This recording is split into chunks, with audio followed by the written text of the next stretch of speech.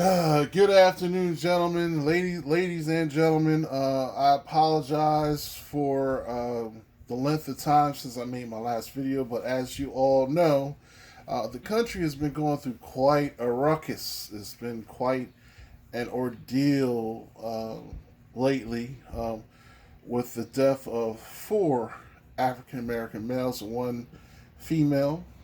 Um, and I've been having some difficulty because I'm African American male, and yes, I am upset. Yes, I am livid. Yes, I am beyond angry.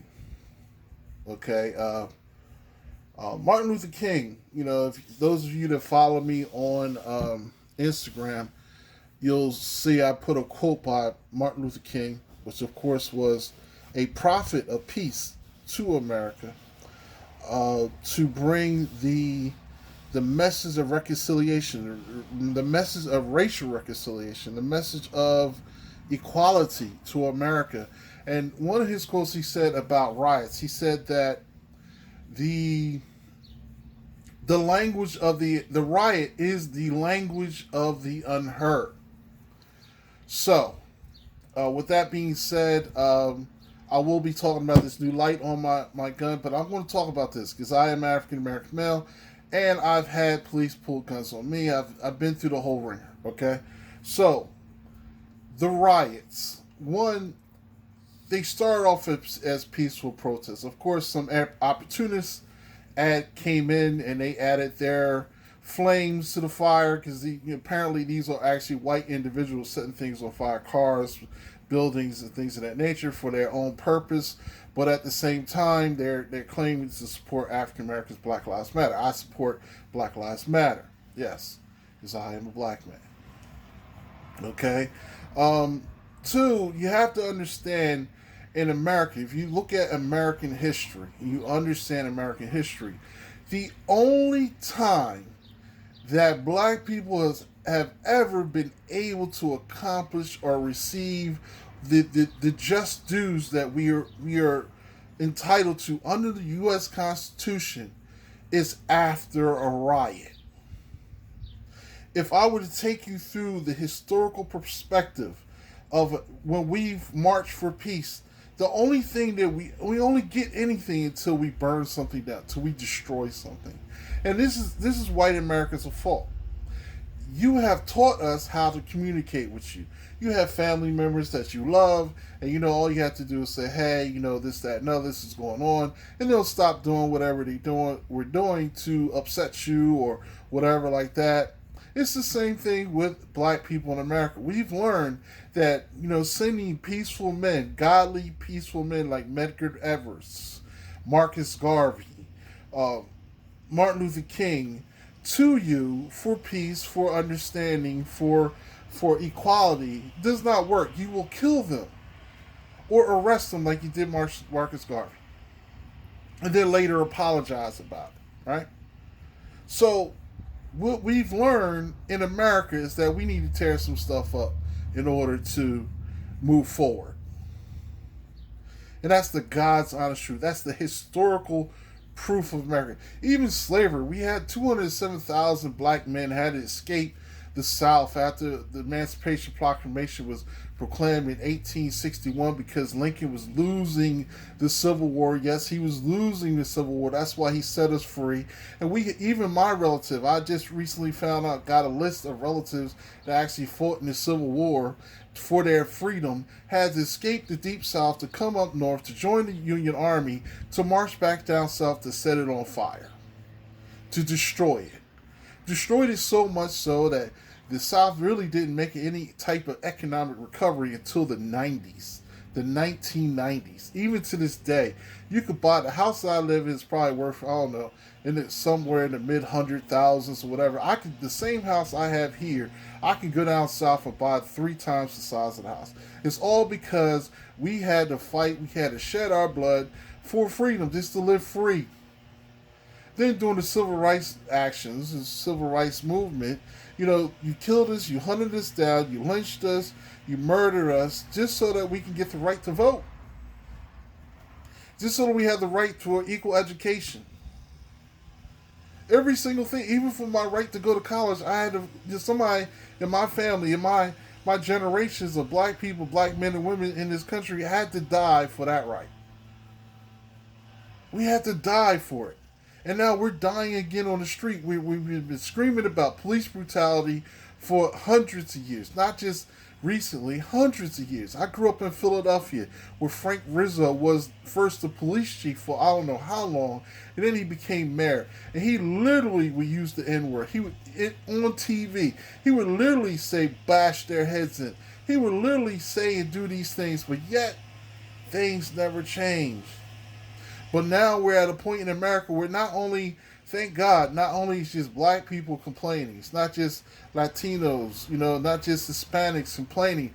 Now we have white allies. And I believe a lot of you guys on my channel, you are the white allies. Now, I know the fragile of you have already tuned out of this video because you can't take the truth. And I'm speaking 100% truth. You can fact check every single thing that I say.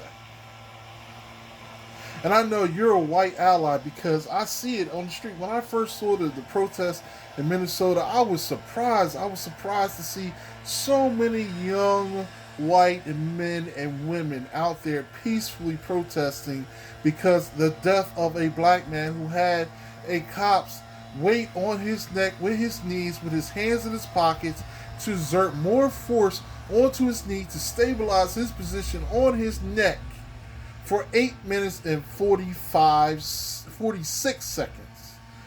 Can't steal that second. 8 minutes and 46 seconds. While we had 3 cops on his back, probably totaling up to 600 pounds of pressure on his body. And they wonder why he was dead. Then they tried to lie and said that he died later at the hospital. When I saw that urine come from that man's body into the street, I knew he had expired. When I saw him cry out, he took his last breath, I knew he had died. When the ambulance guy came up to him, touched his neck, and checked his carotid artery for a pulse, I knew he was dead. When they put him on that gurney, they put him on his back. They did not put him on his side. When a person's usually handcuffed, they put you on the side so not to cause any distress to your wrists, your arms, and the manacles they put on your body. Yes, I worked alongside of law enforcement as a chaplain at a New Jersey State prison. That's right. I know about those things. I ran a program for Juvenile Justice Commission in the state of New Jersey for reentry. I know about these things. I've seen them. I know. I talk to cops. I have friends that are cops. Talk to cops probably 2-3 times a week. And I knew by procedure what was going on. And if you're not angry, if you're still screaming, all lives matter, if you're still saying blue lives matter, you're still saying blue line, this, that, and another, you do not understand, because all of those terms were counter to the term Black Lives Matter. Why do you have such a problem with me saying that my life matters? When it's my life that's being taken on the street. That was me. I'm George Floyd.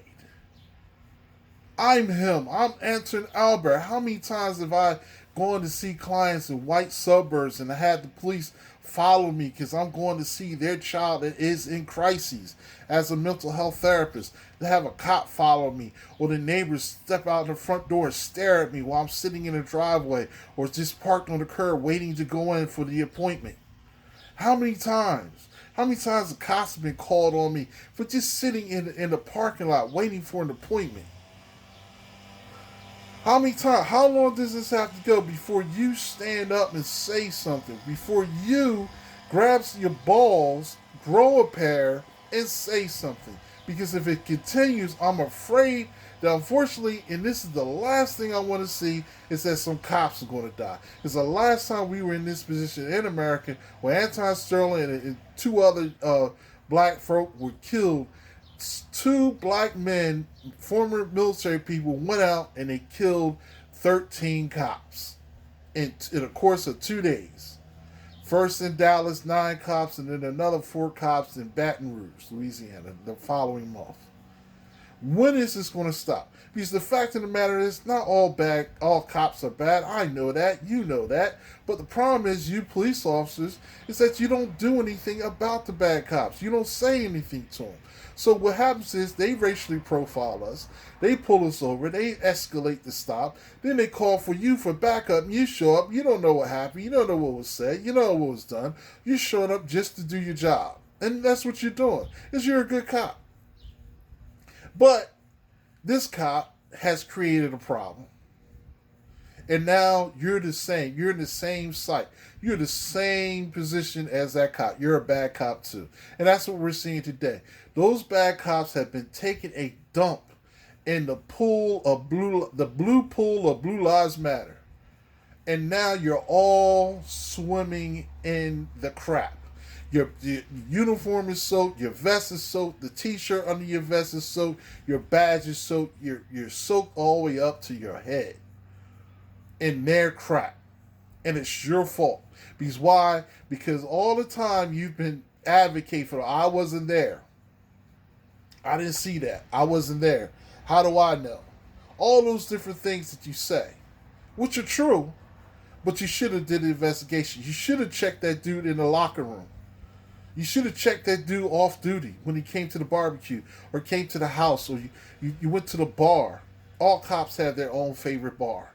When you went to the bar, you should have talked to him, calmed him down, told him, look, we'll back you up, but you got to stop doing that. You know what I'm saying? All because you failed to do the right thing. And now all of you are looking like crap. I'm afraid for my friends that are cops. I have to pray for them, put them on my prayer list, because I'm afraid that somebody's going to shoot one of my friends that I know is a good cop. You know, I'm literally afraid for my friends that are cops. Literally. Because I can feel it coming. Alright? So, I'm going to move on for a brief moment. This is a new light. It's kind of funny. I forgot the name of it, actually. I just see deals and buy it.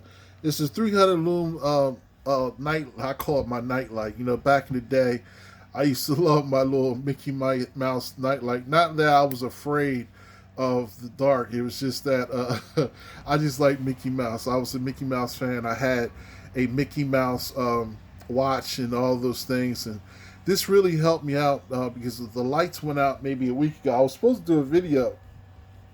I was gonna make a video about this maybe a week ago, 2 weeks ago, but the lights went out. The entire community, even the cell phone towers, the internet, everything went out. So I just said, okay, let me put off. And then, you know, all this stress and all this, I said, let me hold off because I'm a little too angry right now. I'm making a video, but this light actually helped me out a lot because it was pitch black. I have a couple other one more tactical flashlight, but this was really good, you know. And I'm really glad I bought this before that blackout because it really proved very helpful walking around the house, finding stuff in my bedroom at night when I couldn't see. And since I have nightlight, I installed the night sights. It was actually really cool because I could always see the gun. I didn't, you know, because it's a black gun. And in the pitch black, you know, I can see the gun because of the night sights, and then I can actually use the light to actually see what's going on in my bedroom, or find things in the bedroom, in the house, and all that kind of stuff in nature. And this actually, my glasses is DefendTec. This is by DefendTec, and I like this because it actually comes with a rechargeable battery.